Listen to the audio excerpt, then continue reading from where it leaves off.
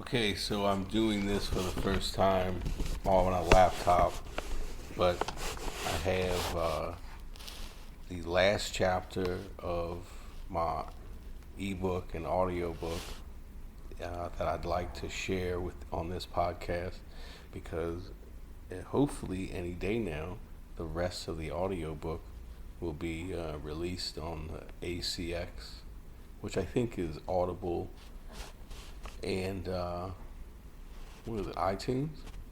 I could be wrong. So I made this free account. I made this free account because I got a random message on my website, uh, www.oneistooManyVegas.com, and it was from the weatherman Ted Florendo, and I never met the dude, and I don't know if he's read the book or not. And it could be fake. It could totally be a fake message, and I'd be cool with that because even if it's being fake, it's motivated me to do this. He just said, "Hey, This is Ted Florendo with CBS. Have you ever thought about doing a podcast?" And now it's Friday at 7 o'clock. And I'm recording this. I may use it, I may not use it, but I'd like to add it to the sample chapter or the 5-minute sample that we have for the audiobook. So, anyways, I don't know where I'm gonna go in the direction of this. I'm gonna maybe every week or so put a chapter out there and keep it open to questions or comments or dating advice. I've been broken up with a lot, and I've broken up with my share of girls, and yeah, I hope anybody reading or listening to this book gets some good laughs out of it, especially in this time of history with the aliens and the economy collapsing and all that stuff. So anyways, I appreciate you listening, and thank you very much.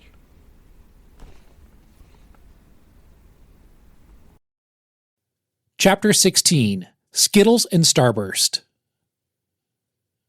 With a Handle in Your Hand, Steely Dan. September 30th, 2011 was the last night I had a drink, and it's part of the reason I keep claiming to be so damn lucky. Thank you for reading this far. You want to know how drunk I was? 3 days before I quit drinking, I went to the emergency room because I hadn't taken a dump in 5 days. I flew from Vegas to NOLA for my goddaughter's birthday party, drank like a fish, smoked like a chimney, and ate a dozen po' boys that weekend. On the flight back, I sat near the restroom and ordered 4 or 5 vodkas while eating a whole bag of Starbursts plus a whole bag of Skittles.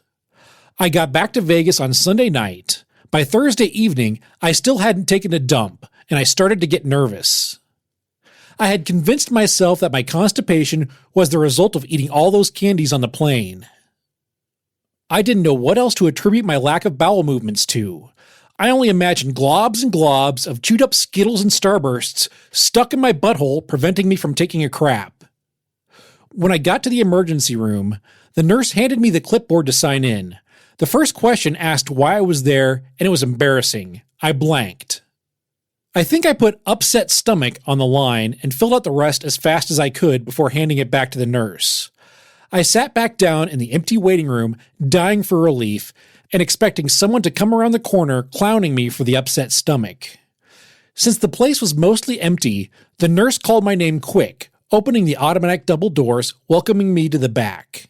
She took my temp, blood pressure, height, weight, and asked me all the usual initial questions, appearing sympathetic to my pain. By this point, I had ballooned up to 235 pounds, from the 195 when I got married 4 years before.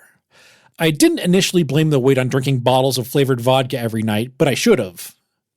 I should have known I had a bad problem when I kept pissing on myself, but I didn't. I'd already been roofied and rolled by the escorts by this time and didn't stop. When the doctor came to see me, he closed the door and introduced himself with a fist bump, which was cool with me. He asked what was wrong, and I told him I hadn't taken a dump in nearly a week and was worried. He looked confused, so I explained how the last dump I took was in the NOLA airport on Sunday.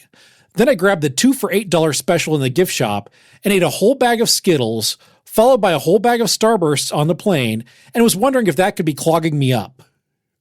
He started laughing at me, but tried not to make it too obvious when he realized I was being sincere. He jumped up to grab some gloves and asked me a few questions, taking back control of the conversation. Do you smoke cigarettes? Yes. How often? About half a pack a day, maybe a pack a day on the weekends. Do you drink? Yes. How often and how many? Every day. I own bars on the Strip, probably 4 or 5 a day. How much water do you drink a day?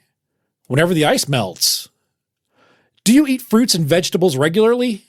No. What did you have for lunch today? Bacon cheeseburger with cheese fries and extra mayo. When's the last time you had a salad? Last week or 2 weeks. When's the last time you drank some water? He told me to roll on my side and pull my pants down while he stuck 2 fingers of his gloved hand in my ass before I said stop.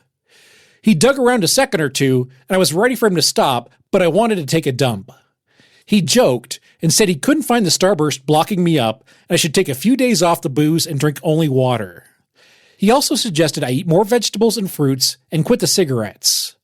I was constipated because I was dehydrated due to my lifestyle. 3 days later, I jumped a Porsche Cayenne off the end of Las Vegas Boulevard because I thought I was getting on the interstate. I was accelerating, thinking I was on the on-ramp, but was actually driving south towards the end of the Strip. The state trooper said all 4 tires had left the ground for 72 feet after I crashed through the barricade where Las Vegas Boulevard ends. The fucked up part was my buddy had gotten me a room at the M Resort for one of the many charity events our daiquiri bar co-sponsored.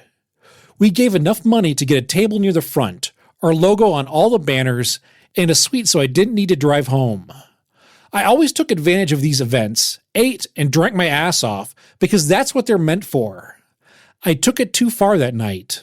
I tried to kill myself and failed. When I finally met with the state trooper to fill out the report, he gave my best friend the DVD with all the pictures he took the next morning. He said the scene reminded him of watching a Dukes of Hazzard episode and planned to show his grandkids so they would never drink and drive. The end.